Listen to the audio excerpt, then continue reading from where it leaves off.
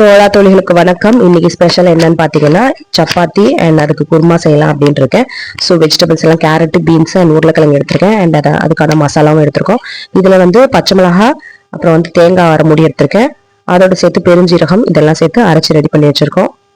அதோட சேர்த்து தூதுவளை கீரையும் இன்னைக்கு கிடைச்சது, அதனால அதையும் நான் அந்த முள்ளெல்லாம் கட் பண்ணி வச்சிருக்கேன். வெங்காயம், தக்காளி, வரமிளகா, பூண்டு இதெல்லாம் போட்டு வதக்கிட்டு நம்ம வந்து கீரை அதில் ஆட் பண்ணிட்டு லைட்டா வந்து புளி சேர்த்துட்டு அதையும் நம்ம வந்து வதக்கி எடுத்துக்க போறோம். எல்லாம் ஒரே நல்ல சாப்பிட்றதுக்கு கிடைச்சா கிடைக்கும், இல்லைன்னா வந்து அப்படியே நம்மளுக்கு வந்து டல்லா போகும் அந்த டே வந்து.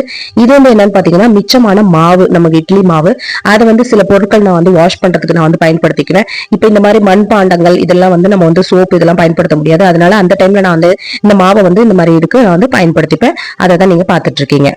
இப்போ நம்ம எல்லாம் செஞ்சு முடிச்சாச்சு. இதோ பாருங்க, இந்த குருமா ரெடி பண்ணியாச்சு. கேரட், பீன்ஸ், உருளைக்கிழங்கு போட்டு தேங்காய் போட்டு அரைச்ச குருமா. இது வந்து சப்பாத்திக்கு நம்ம சைட் டிஷ் பண்ணிக்க போறோம். அண்ட் சாப்பாட்டுக்கு வந்து அந்த தூதுவளை கீரை பண்ண பாத்தீங்களா, அதுதான். அதை வந்து லைட்டா கொஞ்சம் லிக்விடா கொஞ்சம் பண்ணியிருக்கேன். இட்லி தோசைக்கும் நம்ம வந்து தொட்டுக்கலாம், இல்லைன்னா சாதத்துக்கும் நம்ம வந்து போட்டு பிசைஞ்சு சாப்பிட்டுக்கலாம். அதோட கொஞ்சம் இன்னைக்கு ஸ்பெஷல் வந்து பசங்களாம் சாப்பிட்டாங்க ஆக்சுவலி, ஸோ கம்மியா தான் இருக்கு. பாயாசமும் நான் இன்னைக்கு பண்ணேன். இந்த வெங்காயத்தாள் இதை வந்து சப்பாத்தி கூட நம்ம தொட்டுக்கலாம், அதுக்கப்புறம் பொரியலாவும் நம்ம சாப்பாட்டுக்கு தொட்டுக்கலாம். இது ஜஸ்ட் போட்ட உடனே வந்து இது வந்து வதங்கிரும். இதுவுமே வந்து ஆஸ் யூஷுவல் நம்ம பொரியல் பண்ற மெத்தட் தான்.